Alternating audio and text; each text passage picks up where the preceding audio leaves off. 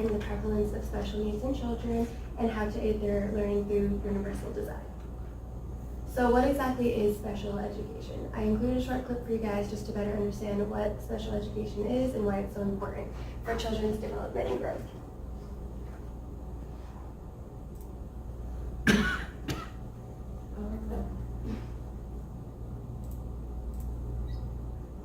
My son Max has lots of energy and no interest in reading. At school, it is becoming a problem. The volume is on the other remote there.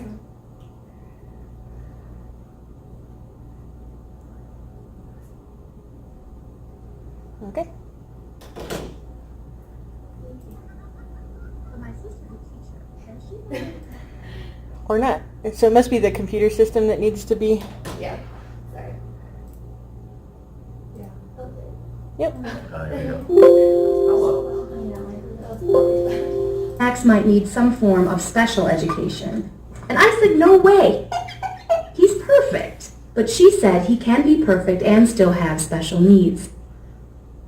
She said special education is an umbrella term for all sorts of challenges. Some issues are obvious, but some are harder to identify. I ignored her, but over time, my bright boy seemed to lose his bounce.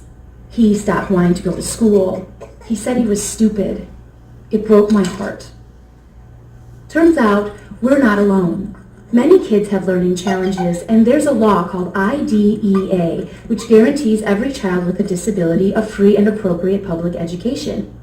In fact, if a learning problem is suspected, public schools are legally required to have the child evaluated, but families may have to request it. If the child's eligible, teachers, specialists, and parents make an individualized education program, that's IEP in EduSpeak, or a 504 plan, legal documents which set forth what the school will do for the child. Sounds simple, right? Well, it rarely is. In Max's case, his first plan didn't have what he needed. Thanks to my sister, I learned that in order to get Max the right support, I might have to be, well, persistent. She helped me research Max's options. Most students getting special services stay in their ordinary classrooms, but get extra support like tutoring or extra time on tests. Some students end up in separate classrooms with specialized teachers, but spend part of the day with non-disabled peers. Finally, a few schools, most of them private, only serve students with specific needs like autism or dyslexia. I found the best path for my child, and you can too. Worried your child might need something special? Do your research. Go to great schools and visit a range of schools. With your help, your child will thrive. So hopefully that helped you guys understand a little bit more about special education and why it's so important for children.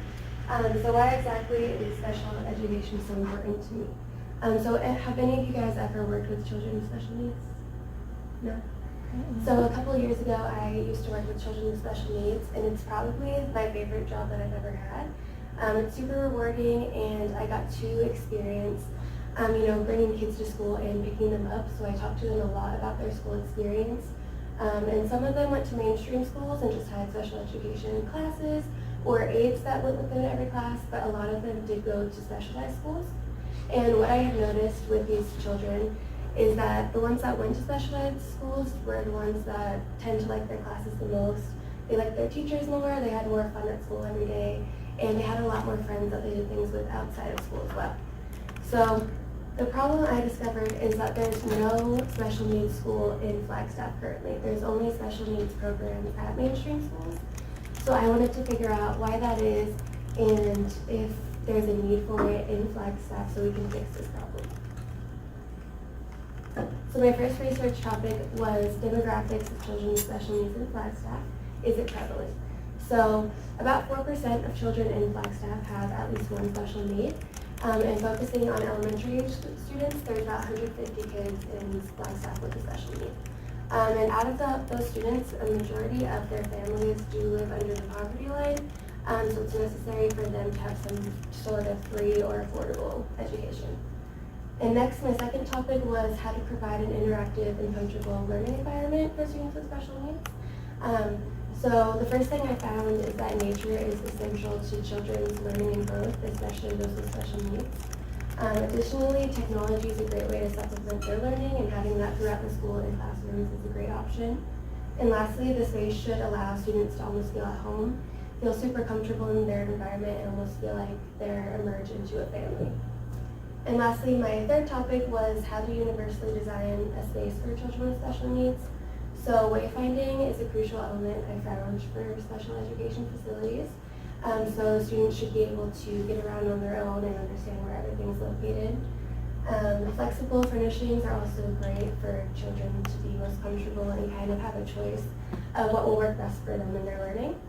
And lastly, zones should be incorporated to not only help with acoustics, but help with their transitioning from area to area in the school.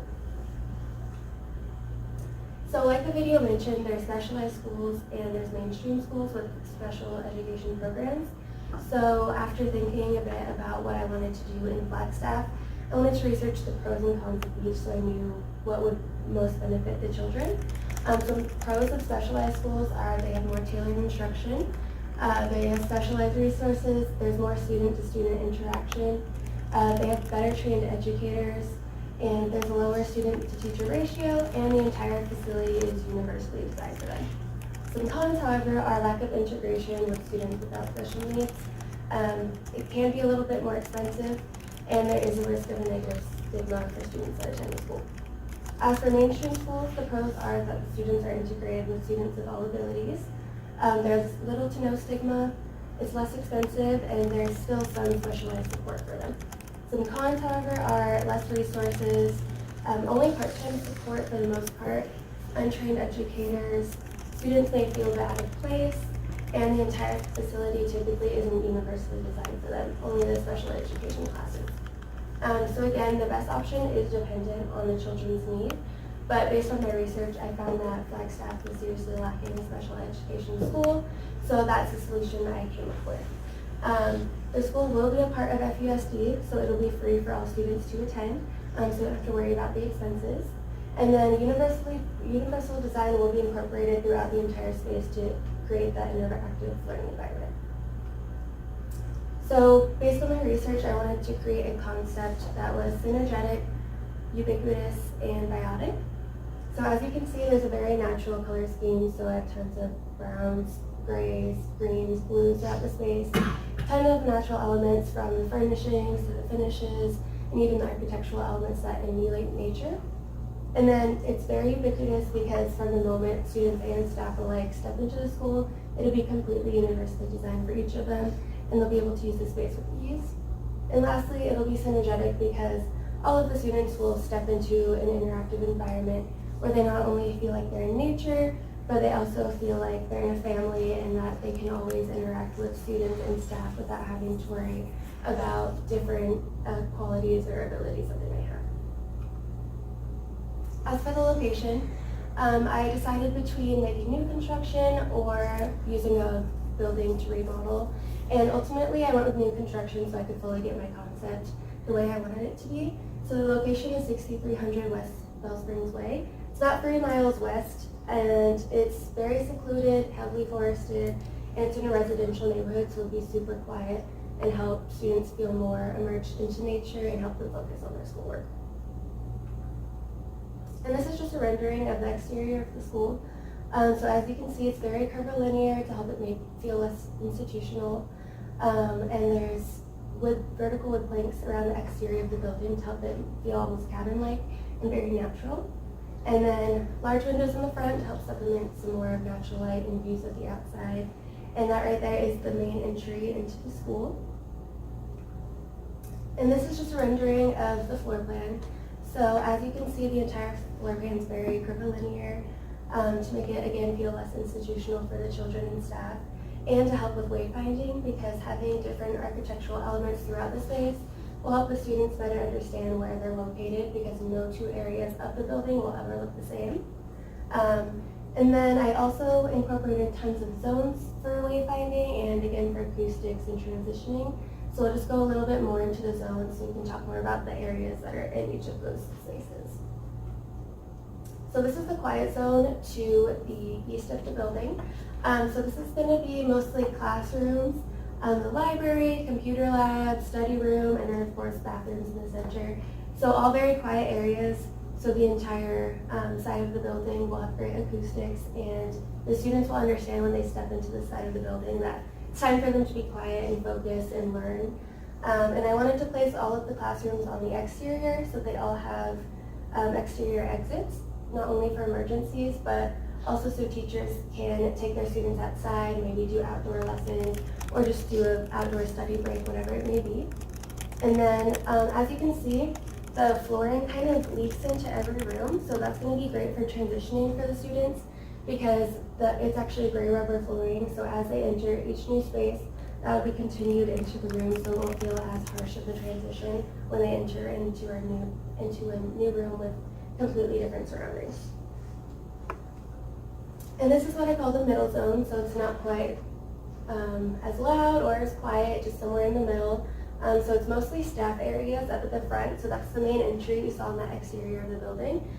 So for safety and security reasons, all guests will have to enter through the administration area and talk with the security officer and the front desk agent to get clearance to enter the building. So up here we have administration, counseling, the nurse, a meeting room, teacher's lounge, and then I wanted to put a courtyard in the center as well to help incorporate more nature.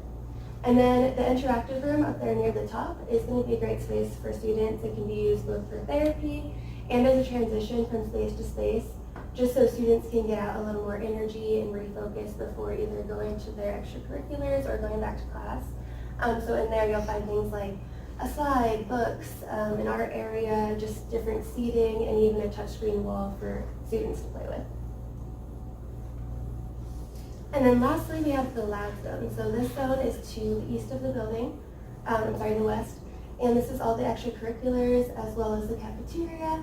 And we have the gym, music room, art room, and a sensory room, and bathroom, storage, custodial in the center.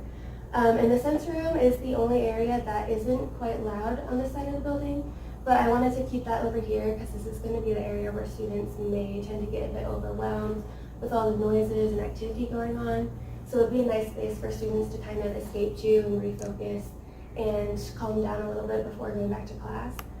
So in there's things like a hammock, a ball pit, bubble lights, sensory toys, and just cove seating, all the things that'll help them relax and kind of refocus themselves. And as I mentioned, since wayfinding is so important in special education, I wanted to include a rendering of the hallway just to show some of the ways I incorporated wayfinding. So first of all, as you're traveling along the wall, there's handrails. So if any students or staff have visual impairments, they can kind of hold onto the wall as they walk. And of course, all the signs have braille on them, so once they reach a room, they'll be able to feel that and tell what room they're at. And then there's even tiles in front of each of the rooms on the floor, so if students happen to just be looking down while they're walking, they'll still be able to see where they're at in the building. And then also, as you can see on this back wall, there's arrows throughout the building on every turn, so you can tell what rooms will be in that direction once you go that way. And again, all of the areas will look completely different. So when you're standing right here and you have the courtyard on your right and the teacher's lounge on your left, you'll know exactly where you're located in the building because there's no other areas that look like that. And this is just a classroom. I wanted to show this because it's where students are going to be spending a majority of their day. So again, wanted to incorporate a ton of natural elements from the wood beams on the ceiling to the wood furnishings. There's even some tree stump seating in the front on a grass carpet. And then flexible furnishings are super important as well. So they have the option to have regular desks or exercise balls to sit on, as well as beanbag chairs in the back and just a bunch of different areas where they can sit and kind of choose what works best for them in their learning. And lastly, I wanted to include the library because I felt this space kind of encompassed the entire feel that I'm trying to emulate through my design. So in the center, I was inspired to do kind of tree, so just a wood beam with soffits on the ceiling that look like leaves. And then the wood beams along the ceiling both add more nature and help with wayfinding towards the exit. As well as on the floor, if you can see, there's green circles leading towards the exit, which helps with the design, added a little more interest and helps them see where the exit is in case they have to exit the building. And then there's also a ton of flexible furnishings in here as well. So curved seating, mushroom seats in the middle, which are light chairs. And then there's beanbag chairs in the back, as well as wood tree bookshelves along the side of the room. So overall, this design will best accommodate the needs of children in Flagstaff and be a new solution for them other than attending a mainstream school. Students that attend the school will learn and develop much more efficiently and learn new skills that will carry them on into the rest of their lives. And the school could even be a template almost for any other towns that are lacking a special education facility. Of course, there might have to be a few changes based on budget or location, but it's a great start for towns that want to make a change and a difference in children's lives.